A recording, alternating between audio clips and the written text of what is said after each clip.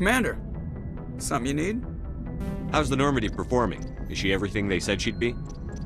She's the best ship in the fleet, if you've got a pilot who knows how to handle her. Balance isn't what you'd expect. Takes a while to get used to that oversized drive core we got stuffed in the back, and her power can sneak up on you if you're not careful. The Normandy's probably too much ship for your average Alliance pilot, Commander. Lucky for you, I'm anything but average. I like to know my crew. Mind if I ask you a few questions? I can see where this is going. You did a background check on me, didn't you? Well, I'll tell you the same thing I told the captain. You want me as your pilot. I'm not good. I'm not even great. I am the best damn helmsman in the Alliance fleet. Top of my class in flight school, I earned that. All those commendations in my file, I earned every single one. Those weren't given to me as charity for my disease. I'm sorry, Joker. I didn't even know you were sick. You mean you didn't know? Oh, crap.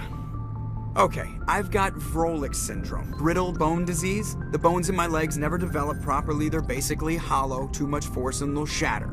Even with crutches and my leg braces, it's hard to get around. One wrong step and crack! It's very dramatic, but I've learned to manage my condition, Commander. Put the Normandy in my hands and I'll make her dance for you. Just don't ask me to get up and dance unless, you like the sound of snapping shin bones. Why does everyone call you Joker? It's a lot shorter than saying Alliance Flight Lieutenant Jeff Moreau.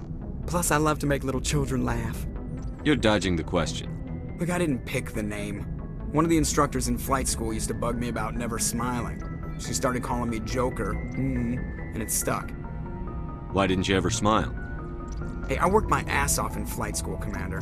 The world's not gonna hand you anything if you go around grinning like an idiot.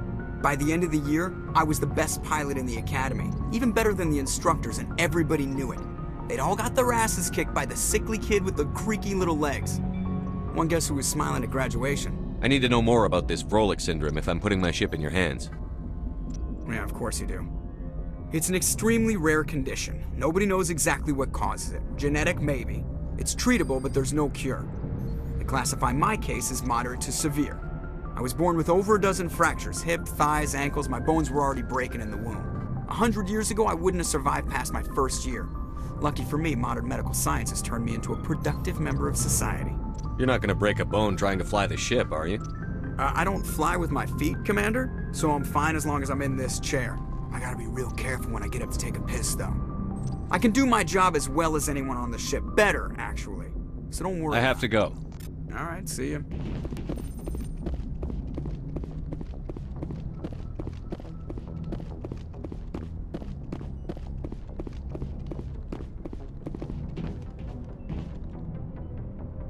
If anyone has to take over for Captain Anderson, I'm glad it's you.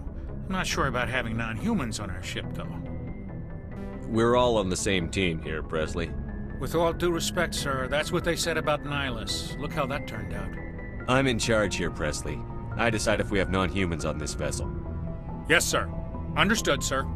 Speak freely, Presley. I want to know if you have a problem with non-humans. It's not that, Commander.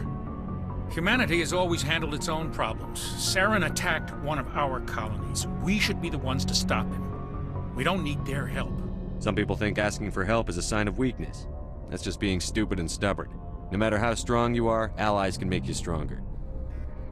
I guess so. Maybe I'm just stuck in the old ways of thinking. But don't worry, Commander, this won't be a problem. How did you end up assigned to the Normandy?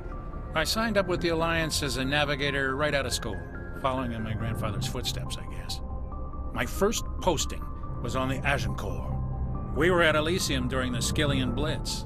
A massive fleet of alien raiders hit the colony, trying to wipe it out. They had the numbers, but their ships were no match for an Alliance frigate. It was a slaughter. We couldn't even keep track of how many ships they lost. How'd you end up on the Normandy?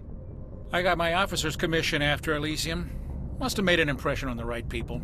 Captain asked for me when he was picking... Carry on, Presley. Yes, sir.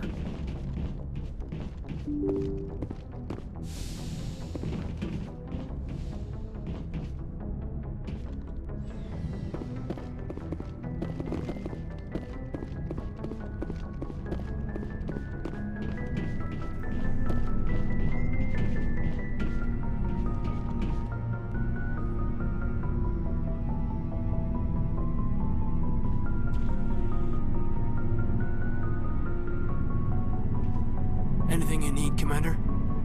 Just trying to get a sense of where the crew's at. Thoughts? I've wasted enough of your time for now, Commander. We'll have time for personal debriefing. What's your later. opinion on the last mission? I don't see how we could have done things any better. At least not without getting to Eden Prime sooner. And we were on the scene faster than any other Alliance ship. We'll talk another time, Lieutenant. Commander?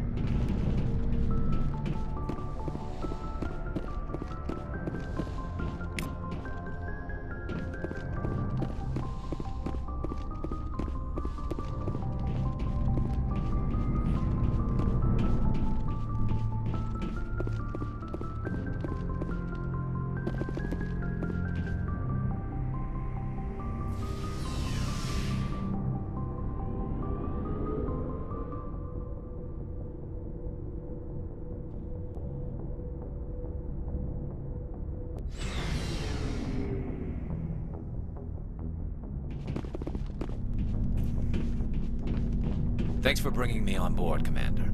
I knew working with a Spectre would be better than life at CSEC. Have you worked with a Spectre before? Well, no, but I know what they're like. Spectres make their own rules. You're free to handle things your way. At CSEC, you're buried by rules. The damn bureaucrats are always on your back. Being a Spectre does have its advantages. Exactly my point.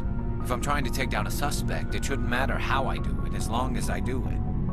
But CSEC wants it done their way. Protocol and procedure come first. That's why I left. So you just quit because you didn't like the way they do things? There's more to it than that.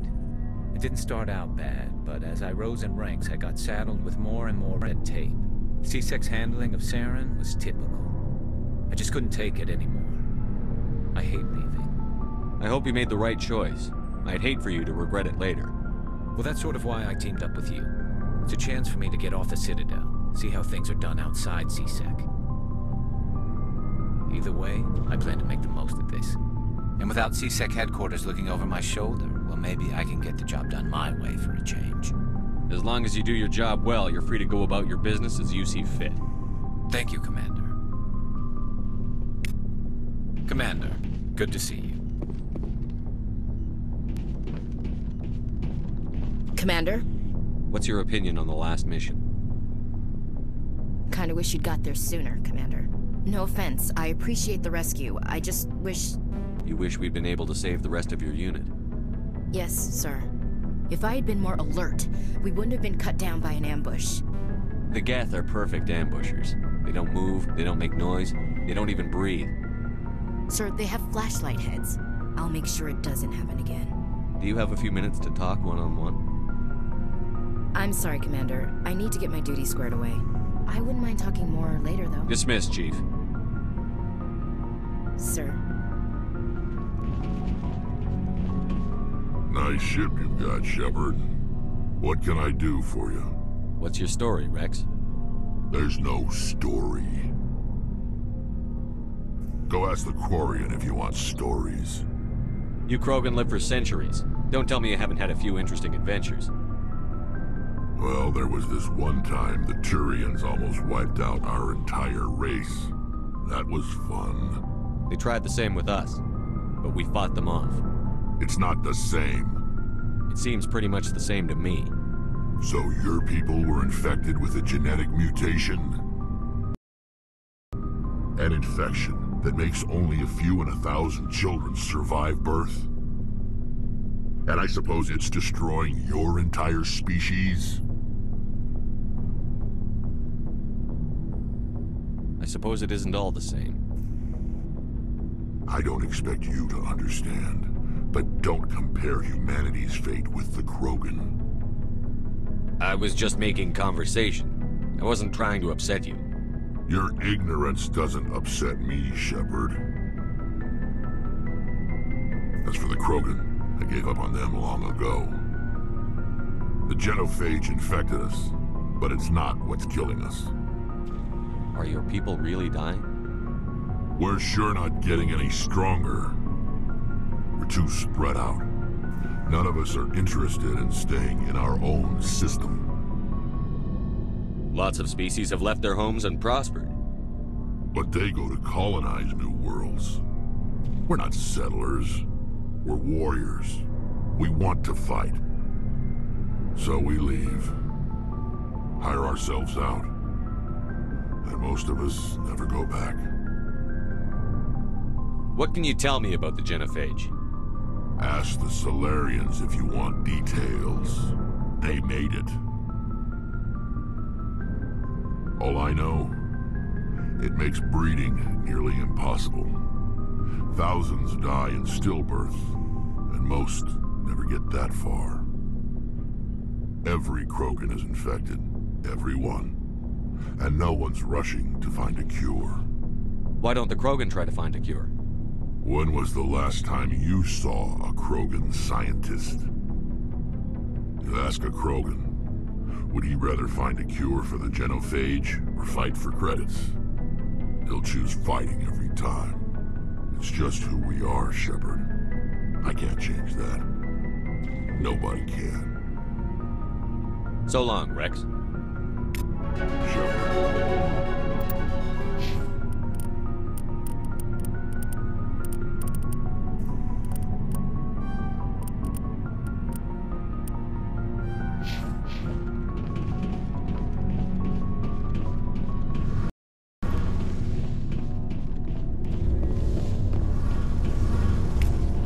Hey, Commander, you know that Quarian, Tally? She's been spending all her time down here asking me about our engines. I'll tell her to leave you alone. What?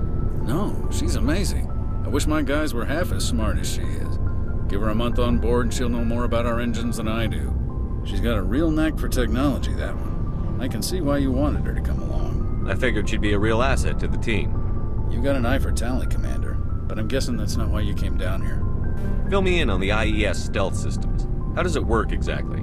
You can't hide a ship out in space. They emit too much heat and radiation. Too easy for sensors to pick them up, unless you find a way to capture those emissions.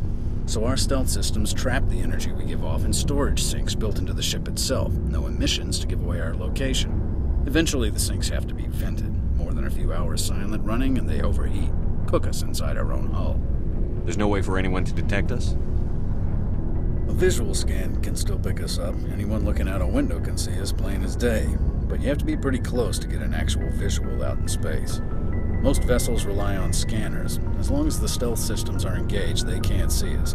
Not unless we accelerate to FTL speeds. Why doesn't it work with faster-than-light travel?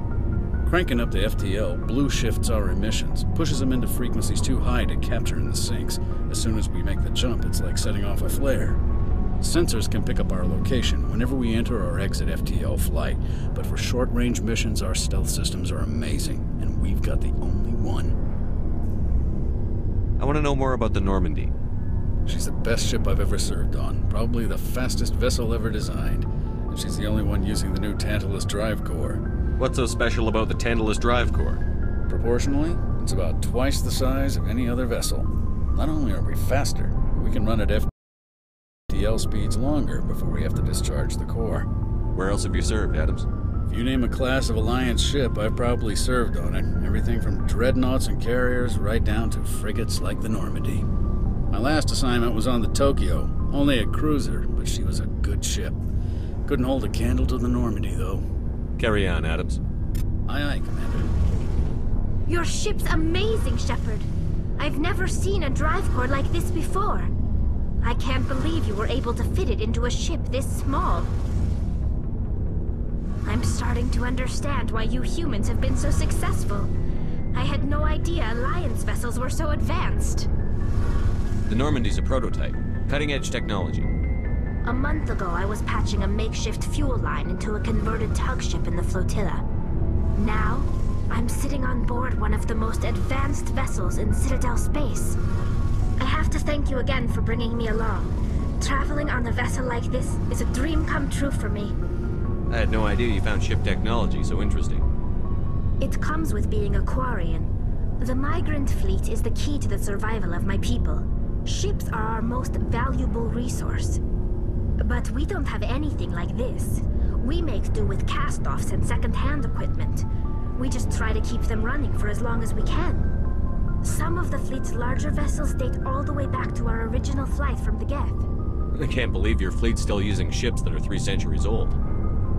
They're constantly being repaired, modified, and refitted. They aren't pretty, but they work. Mostly. We've tried to make ourselves as independent as possible on the flotilla, grow our own food, mine, and process our own fuel. But some things we just can't make on our own. A patch to maintain the hull integrity requires raw materials we just don't have. That's why our pilgrimages are so important. Tell me about your people. Our lives aren't easy. Resources are scarce, and we are constantly on the move. Everything we do must in some way contribute to the continuation of the migrant fleet. There are 17 million Quarians in the flotilla, and each of us relies on the others for survival. The bonds among my people are strong.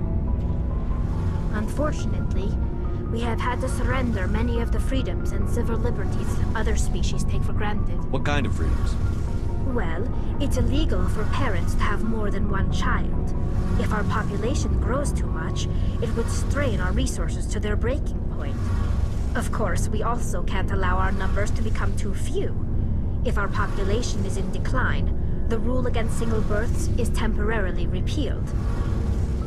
In extreme cases of population decline, incentives are even offered to encourage multiple births. Though the Conclave hasn't had to take such measures in nearly a century. That's your government. The Conclave is our civilian branch of government. Each ship can elect a representative to serve on the Conclave and make decisions that affect the fleet as a whole. On matters that affect an individual ship, however, the captain has the final say. It's a tradition that dates back to the early days, when the fleet was governed by martial law. Fortunately, most captains nowadays are smart enough to have an elected council from their crew to give them advice and guidance. So the ultimate power rests with elected officials. In practice, the Conclave and the respective council for each ship tend to set the rules that govern our daily lives. But in theory, we are still under military jurisdiction. The 5 top-ranking military officials in the fleet serve on the Admiralty Board. These 5 have the power to overrule any decision by the Conclave in case of emergency. To do so requires unanimous agreement among the Admiralty, and they can only do this once. After that, the entire board must resign their posts. It's a safeguard that served us well. In nearly 3 centuries, the Admiralty Board has only overruled the Conclave 4 times. I should go. See you later.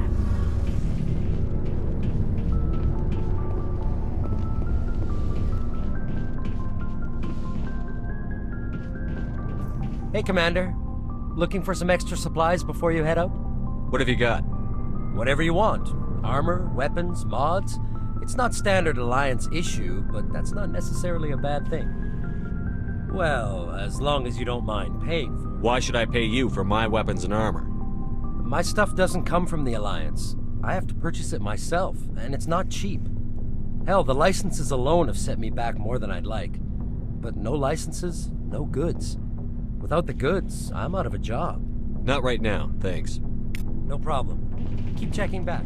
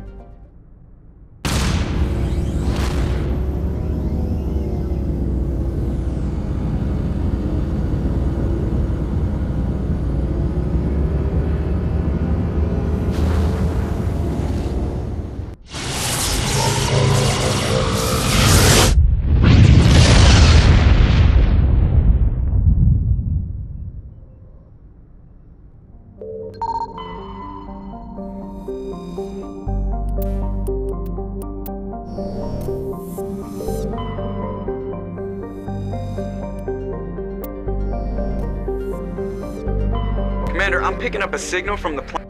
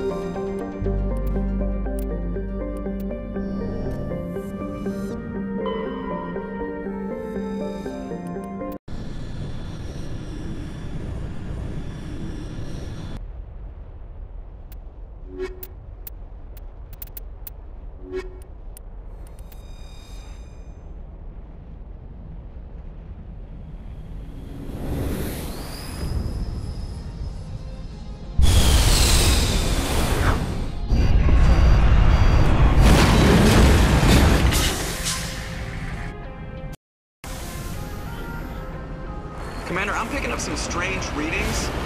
Really strange, like off the damn charts.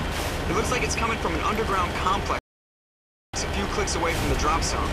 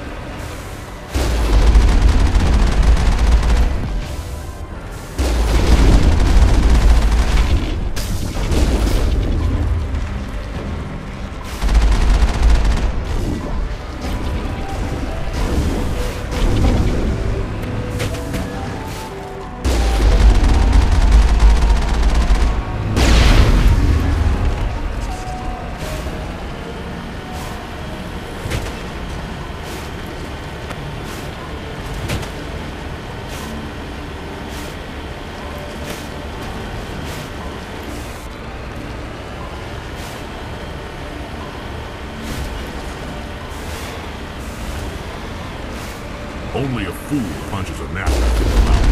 He should sneak around and pull its tail.